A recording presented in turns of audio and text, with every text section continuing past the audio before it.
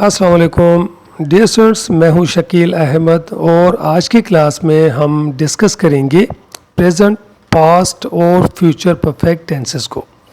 सबसे पहले हम जानेंगे इन टेंसेस के फार्मूलास और इनकी आइडेंटिफिकेशंस के मुतालिक। फिर हम देखेंगे कि इन तीनों टेंसेस के दरमियान क्या फ़र्क है। स्टूडेंट्स, जैसा कि आप जानते हैं कि इंग्लिश लैंग्वेज सीखने के लिए टेंसेस को समझना बहुत ज़रूरी होता है, क्योंकि किसी भी लैंग्वेज को सीखने और समझने के लिए सबसे पहले हमें उस लैंग्वेज के टेंसेस को अच्छे तरीके से सीखना और समझना पड़ता है। लिहाजा इंग्लिश लैंग्वेज को सीखने और अच्छी तरह समझने के लिए हमारे लिए ज़रूरी है कि हम इंग्लिश के टेंसेस को सीखें और उसके साथ साथ इंग्लिश लैंग्वेज के टेंसेस के दरमियान क्या फ़र्क है ये भी जानें। तो आइए सबसे पहले हम देखते हैं कि प्रेजेंट, पास्ट और फ्यूचर परफेक्ट टेंसेस के फार्मूलास और आइडेंटिफिकेशंस क्या हैं और इनमें क्या फ़र्क है।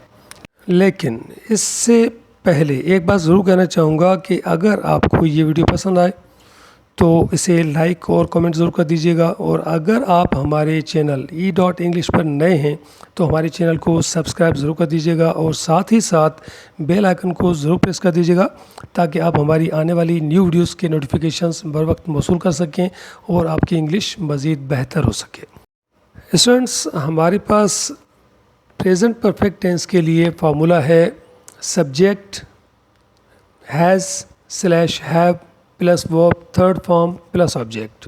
पास्ट परफेक्ट टेंस के लिए हमारे पास फार्मूला है subject plus had plus verb third form plus object.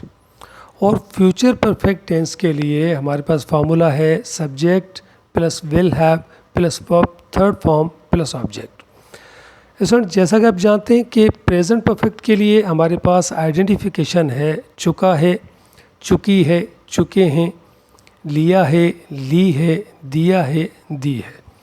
और पास्ट परफेक्ट टेंस के लिए हमारे पास आइडेंटिफिकेशन है चुका था, चुकी थी, चुके थे, लिया था, ली थी, दिया था, दी थी।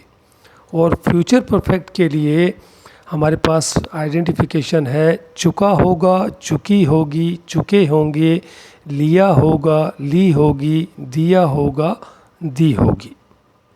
स्टूडेंट्स, हमारे पास पहला जुमला है वो अपना काम ख़त्म कर चुका है। He has finished his work. अगर हम इसी सेंटेंस को कहें कि वो अपना काम ख़त्म कर चुका था तो हम कहेंगे he had finished his work. और इसी टेंस को अगर हम फ्यूचर परफेक्ट में चेंज करना चाहें तो हम कहेंगे वो अपना काम ख़त्म कर चुका होगा। He will have finished his work. एक और सेंटेंस है, हम इसको भी देख लेते हैं। हम उसे समझ चुके हैं। We have understood him. अगर हम पास्ट परफेक्ट में इसी टेंस को चेंज करें तो हम कहेंगे हम उसे समझ चुके थे। We had understood him. और इसी टेंस को अगर हम फ्यूचर परफेक्ट में चेंज करना चाहें तो हम कहेंगे we will have understood him. अब देखें, इन दो सेंटेंसेस को जब हमने मुख्तलिफ टेंसेस में चेंज किया तो हमने उर्दू में पहचान को चेंज किया, मींस आइडेंटिफिकेशन को चेंज किया। प्रेजेंट के लिए चुका है यूज़ किया, पास्ट के लिए चुका था यूज़ किया और फ्यूचर के लिए चुका होगा यूज़ किया। लेकिन जब हम इंग्लिश की बात करें तो इंग्लिश में हमने सिर्फ़ और सिर्फ हेल्पिंग वर्ब्स को चेंज किया। प्रेजेंट के लिए हमने हैज़ बतौर हेल्पिंग वर्ब इस्तेमाल किया और पास्ट के लिए हैड को बतौर हेल्पिंग वर्ब इस्तेमाल किया और फ्यूचर के लिए हमने विल हैव को बतौर हेल्पिंग वर्ब इस्तेमाल किया। इससे ज़ाहिर ये होता है कि हम जब भी किसी एक परफेक्ट टेंस से दूसरे परफेक्ट टेंस में जाएंगे तो हम सिर्फ़ और सिर्फ हेल्पिंग वर्ब्स को चेंज करेंगे। लिहाजा प्रेजेंट के लिए हमारे पास दो हेल्पिंग वर्ब हैं, हैज़ और हैव। हैज़ हम अगर सब्जेक्ट थर्ड पर्सन सिंगुलर हो तो हैज़ बतौर हेल्पिंग वर्ब इस्तेमाल किया जाता है। बाकी हमारे पास अगर कोई दूसरे सब्जेक्ट्स हों तो उनके लिए हम हैव यूज़ करते हैं बतौर हेल्पिंग वर्ब। अगर पास्ट की बात करें परफेक्ट की तो पास्ट परफेक्ट में हमारे पास एक ही हेल्पिंग वर्ब होता है हैड। और हम तमाम सब्जेक्ट्स के साथ हैड को ही बतौर हेल्पिंग वर्ब यूज़ करते हैं। और अगर हम बात करें फ्यूचर परफेक्ट की, तो हम फ्यूचर परफेक्ट में विल हैव को बतौर हेल्पिंग वर्ब यूज़ करते हैं। तमाम सब्जेक्ट्स के साथ हम बतौर हेल्पिंग वर्ब विल हैव को इस्तेमाल करते हैं। आइए हम मज़ीद कुछ सेंटेंसेस देखते हैं और उनको देखते हैं कि एक ज़माने से दूसरे ज़माने में हम कैसे जा सकते हैं। वो नमाज अदा कर चुके हैं। They have offered prayer. वो नमाज अदा कर चुके थे। They had offered prayer.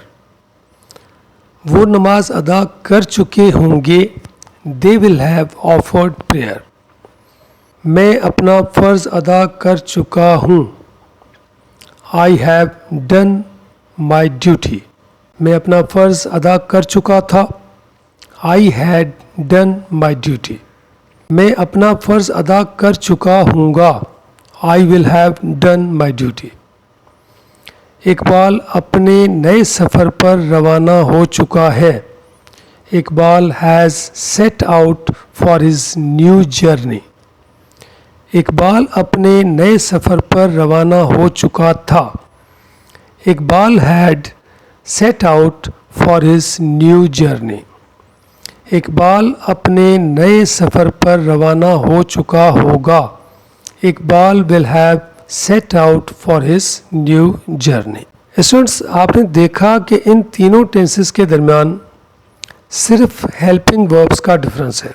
अगर आपको ये helping verbs has, have, had और विल हैव याद हों तो आप इन तीनों टेंसेस को इजीली एक से दूसरे टेंस में चेंज कर सकते हैं। याद रखिएगा कि हम प्रेजेंट परफेक्ट के लिए हैज़, हैव बतौर हेल्पिंग वर्ब यूज़ करते हैं, पास्ट परफेक्ट के लिए हैड और फ्यूचर परफेक्ट के लिए विल हैव बतौर हेल्पिंग वर्ब इस्तेमाल करते हैं।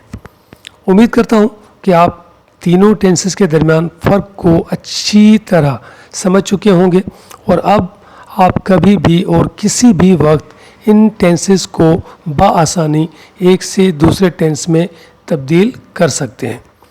इसी के साथ मुझे दीजिए इजाज़त। मिलते हैं एक नई वीडियो के साथ। तब तक अपना और अपने प्यारों का बहुत सारा ख्याल रखिएगा। अल्लाह निगहबान।